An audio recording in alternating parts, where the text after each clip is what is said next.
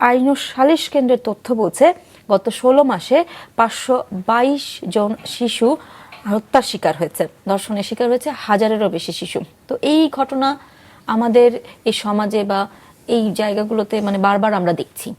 অনেক যখনই ঘটনা ঘটে অনেক কথা হয়, অনেক আন্দোলন হয়, সেটি আবার ধামাচাপা পড়ে যায়। বাংলাদেশ আসলে কোন ধরনের সামাজিক সংকটের মধ্য দিয়ে যাচ্ছে? প্রথমত, বাংলাদেশে এখন যেই সংকট, এটাকে আমরা বলতে পারি নৈরাজ্য। একটা সামাজিক বিশৃঙ্খলা, এর অনেক রকম নাম আছে। সমাজবিজ্ঞানী দুর্খেম এটার নামকরণ করেছিল অ্যানমি, যেখানে কোনো রকম অনুশাসন নেই।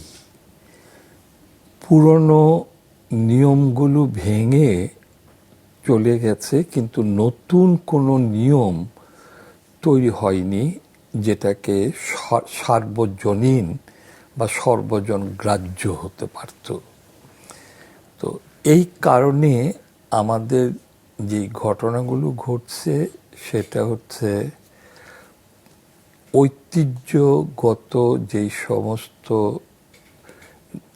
নর্মস বা অনুশাসন, এগুলো অকার্যকর হয়ে গেছে। তার মধ্যে আমরা বলতে পারি যে ধর্মীয় যে অনুশাসনগুলো ছিল, যা আমাদের আচরণগুলোকে নিয়ন্ত্রিত করত, সেগুলো এখন অকার্যকর। যেটা প্রাসঙ্গিক এই আলোচনায়, সেটা হচ্ছে ধর্মের দুটো দিক আমরা জোর দিতে পারি। প্রথমটাকে আমরা বলি যে আমাদের আচরণগত, যে বিশ্বাসের সাথে যে আচরণগুলো ঘটে, যেমন নামাজ, রোজা, হজ, যাকাত, এগুলো করা।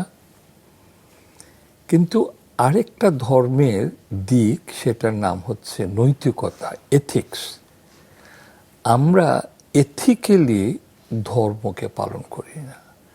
আমাদের ধর্ম হচ্ছে লোক দেখানো, আচরণগত, এবং সেটাকেই আমরা বেশি প্রাধান্য দেই, যার ফলে আমাদের ভেতরে ধর্ম বলতে, ধার্মিকতা বলতে যা বোঝায়, সেটা আমাদের নাই। এবং এই না থাকাটার কারণেই এইরকম পৈশাচিক ঘটনাগুলো আমাদের সমাজে ঘটছে।